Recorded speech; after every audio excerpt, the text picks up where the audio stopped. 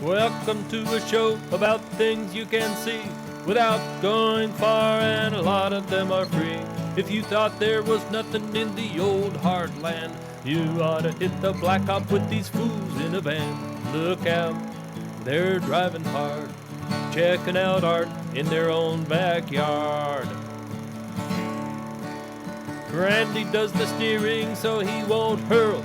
Mike's got the map, such a man of the world. That's Don with the camera, kinda heavy on his shoulder. And that giant ball of tape, it's a world record holder. Look out, they're driving hard, checking out art in their own backyard. Look out, they're driving hard, checking out the world in their own backyard. Checking out the world in their own backyard.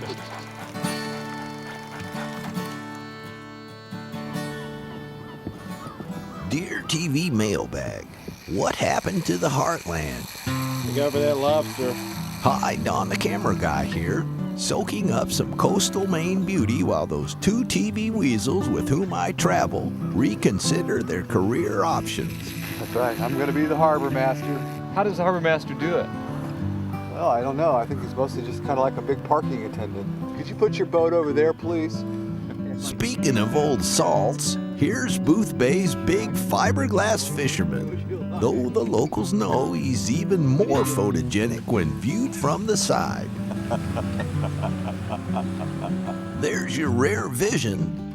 Now it's time for some roadside revelations, which requires climbing into that cramped Chrysler we call home for a short drive down to Bath, where the naval shipyards employed one Philip Day for almost 50 years. Then he retired and quietly set about building his own loony lagoon. Good idea? Yeah. Mine. Did you name it yourself? Yeah. I'm loony and that's the lagoon. How long have you been making these things? Oh, 8 years. 8, 9 years. You sit down in front of the TV and get fat, then you die. What was the first one you made? Oh, probably the stagecoach. Now that's a Wild West theme. We're in Maine, aren't we? Yeah. Is there any connection? No. What are those animals out there?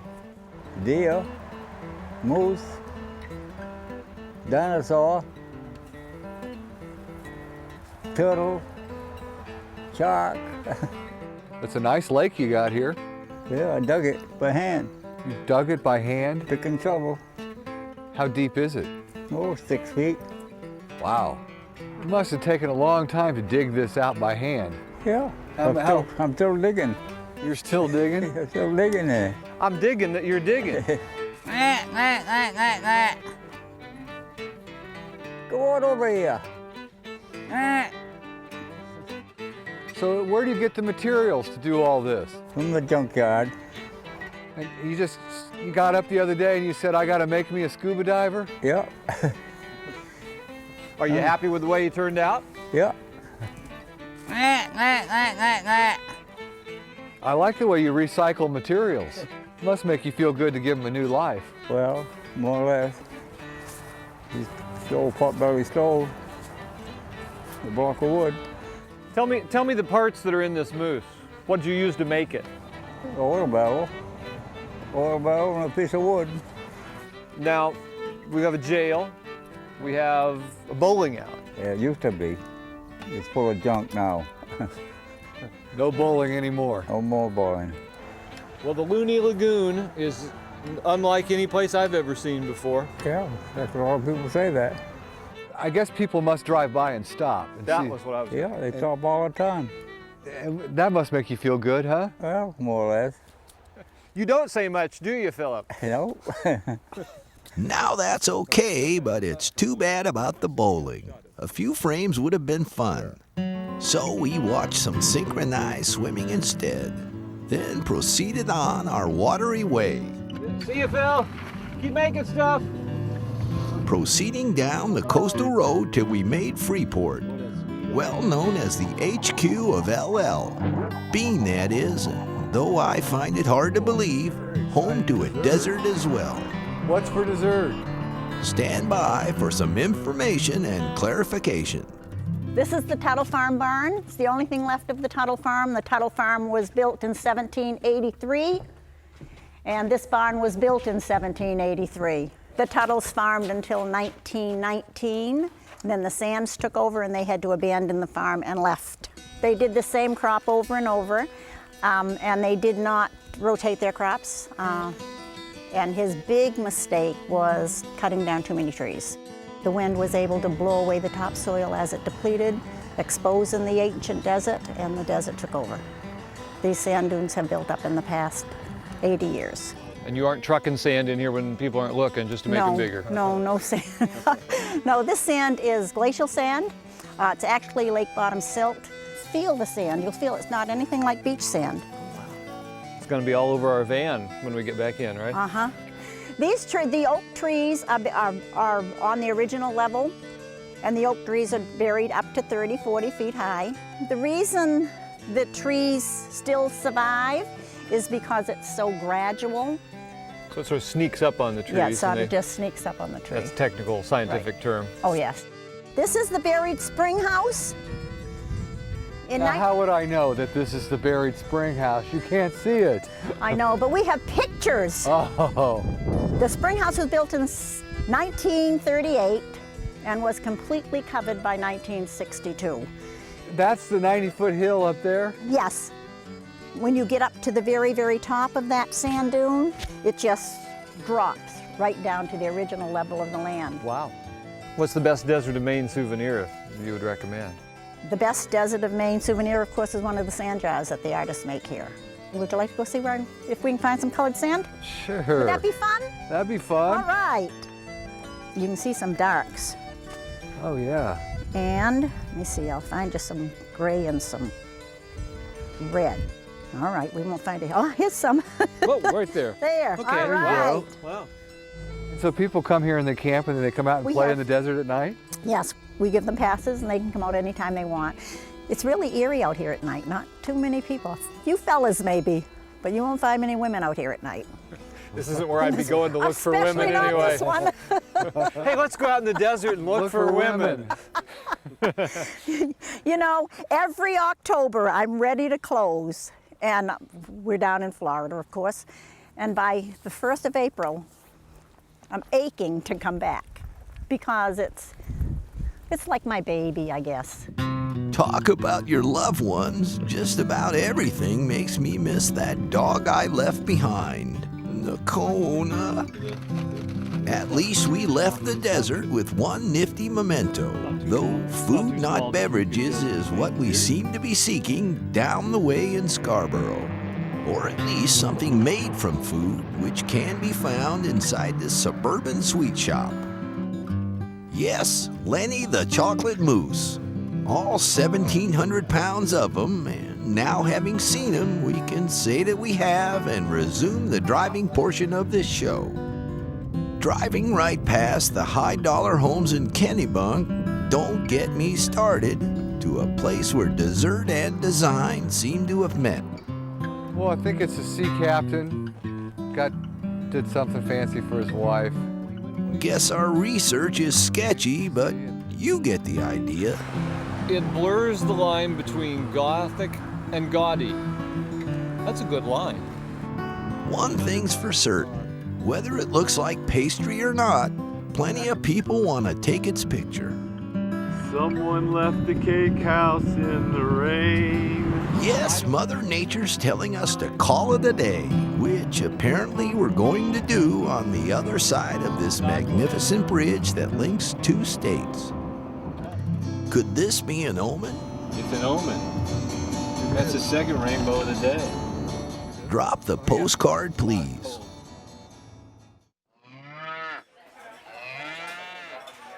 Now you might not believe it, but I, Don the Camera Guy, spent a good stretch of my formative years being formed not far from here. And having thrown papers in the greater Boston area, I'm tickled about our next stop, Ellis Stenman's Paper House. Built decades ago with nothing but papers and still operated most days on the honor system by his granddaughter Edna. He built it to live in, and he did live in it, he and his wife, for 6 summers, actually, in the 20s. It was like his hobby.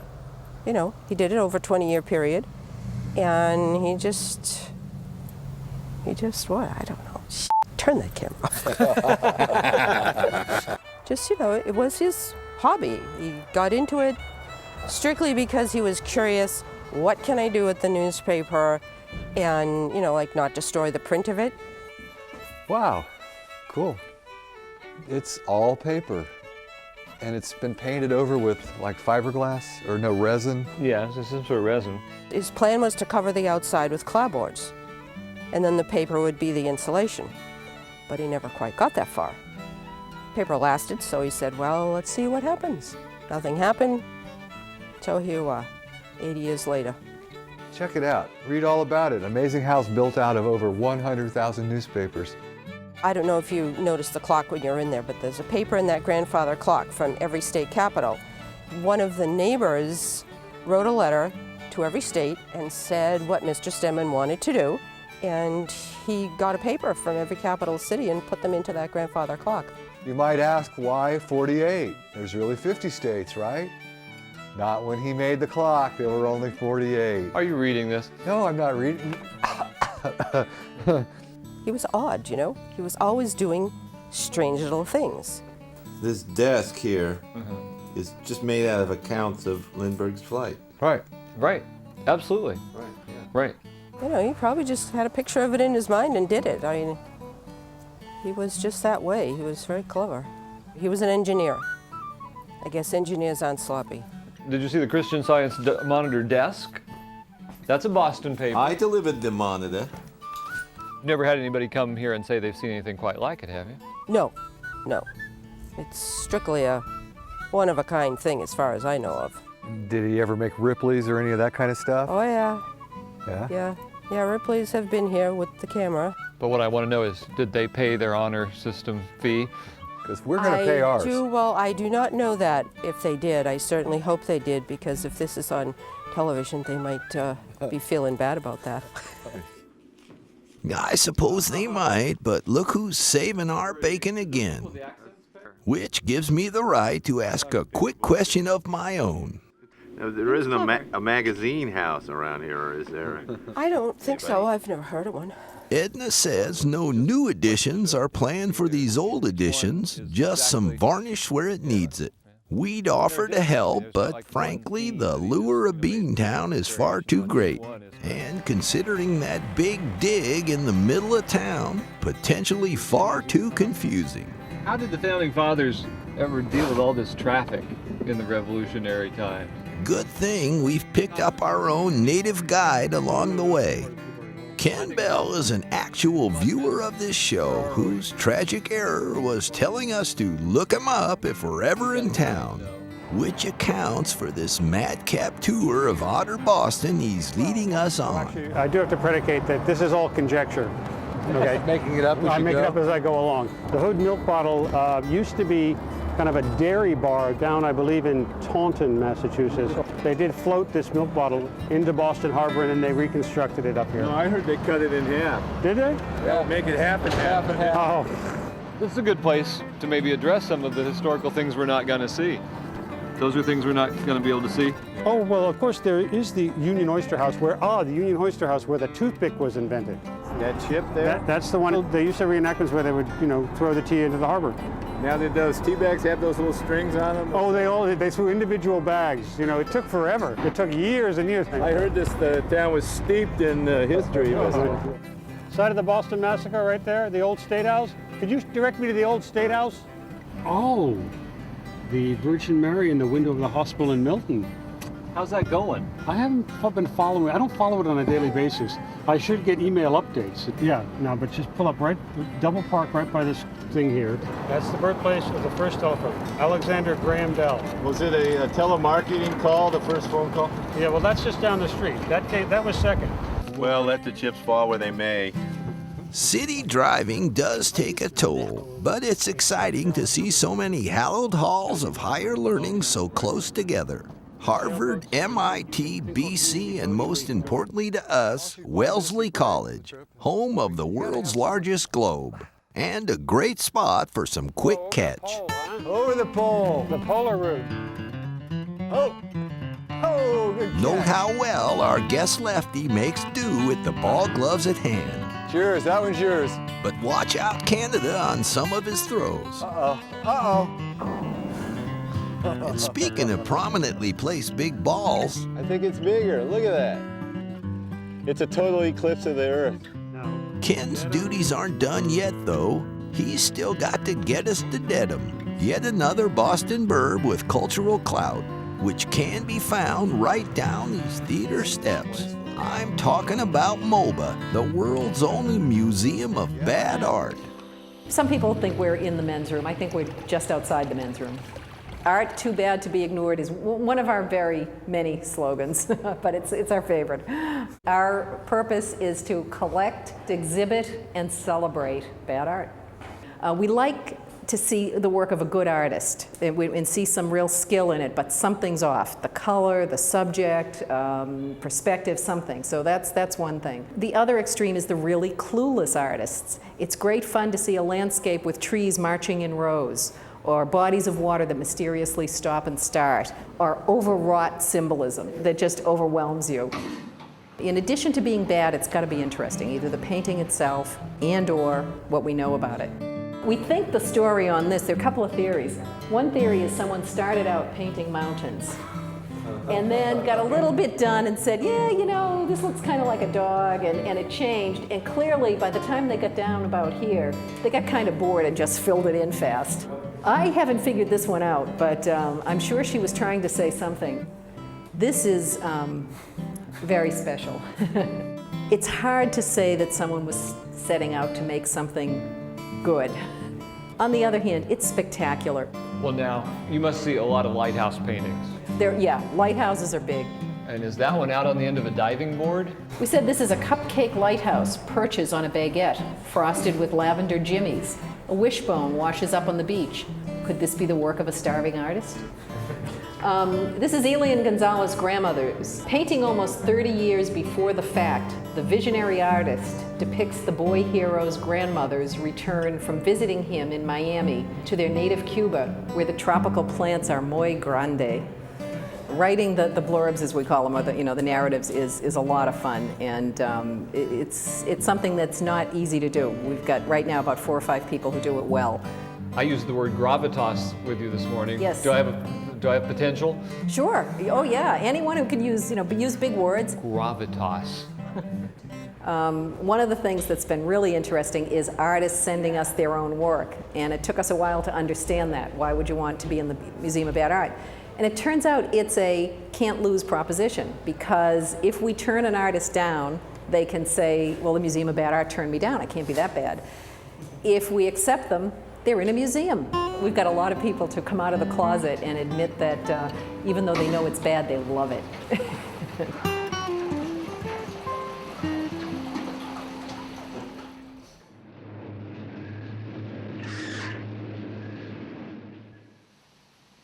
My God. I'm Randy, that's Mike. Looks like another morning, another Massachusetts museum. This one's in the tiny town of Onset at the edge of Cape Cod, where a retired science teacher named Dick Porter has been stocking up on, well, you'll see. All right, in we go. Oh my goodness. These are anchors. Over here are the keys. Well, that's a fish thermometer. That's a nice fish one. That one has been in many, many articles, by the way. I've got one over there with Marilyn Monroe on it. Thermometers, you know, they're advertising. That's why they can be all different. You've got also souvenir types that come from all over the world.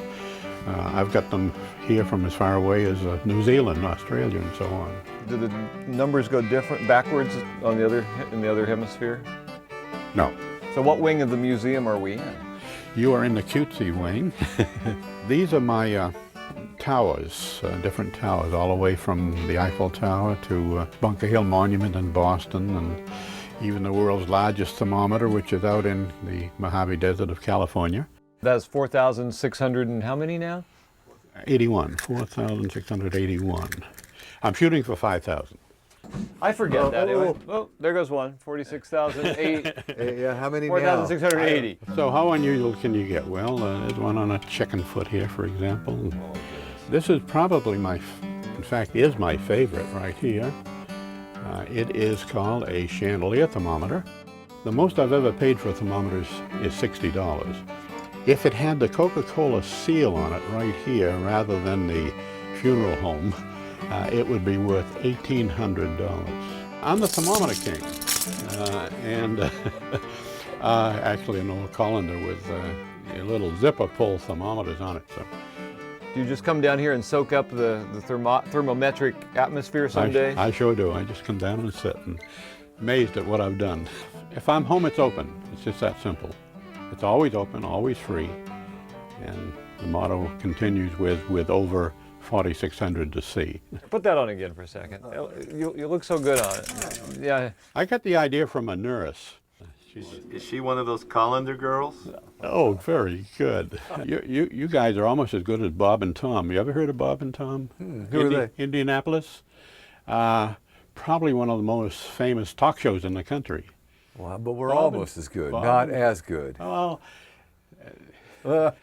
always open, always free, with over 4,600 to see.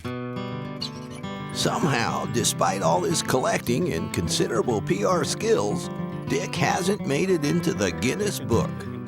We hope that happens, and I hope I don't have to say Mattapoisett, Massachusetts again, which is where we spotted this crusty old roadside relic on our way out of the state and into Rhode Island.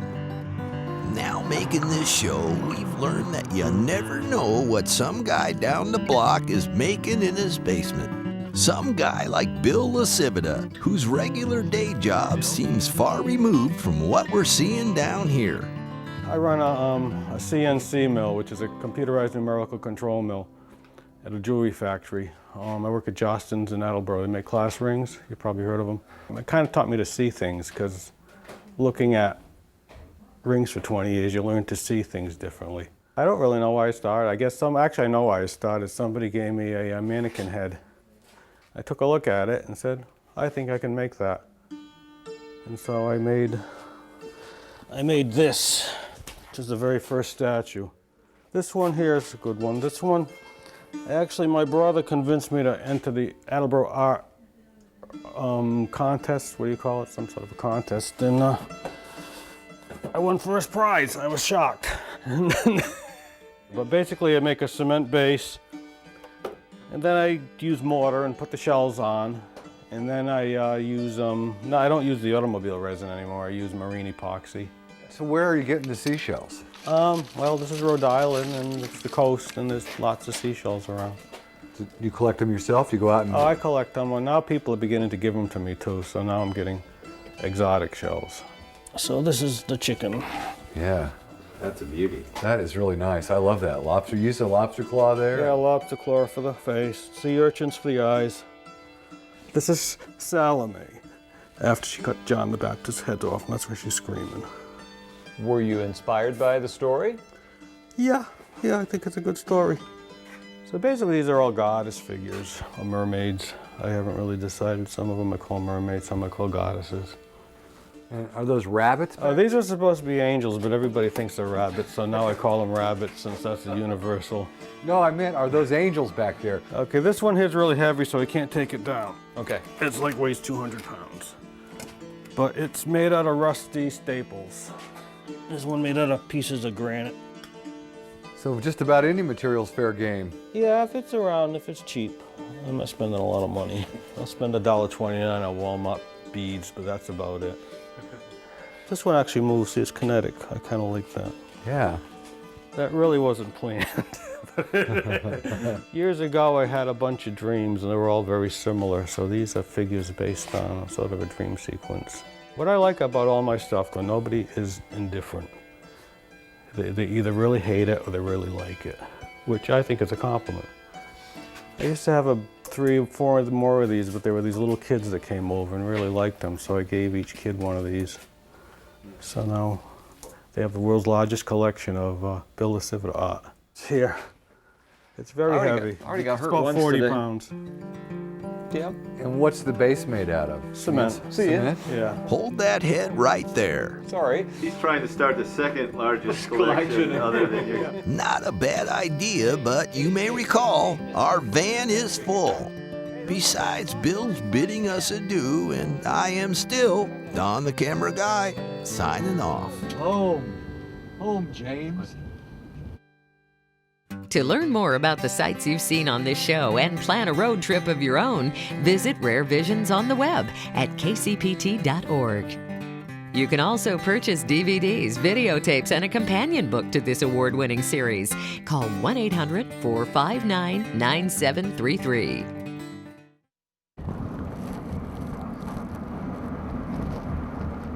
R-A-T-T. What gentleman? Bill Buckner. Oh, bad hop. I want to give you this beat up. Look, Don, it's a wishbone tree. You could make a wish. I think I will.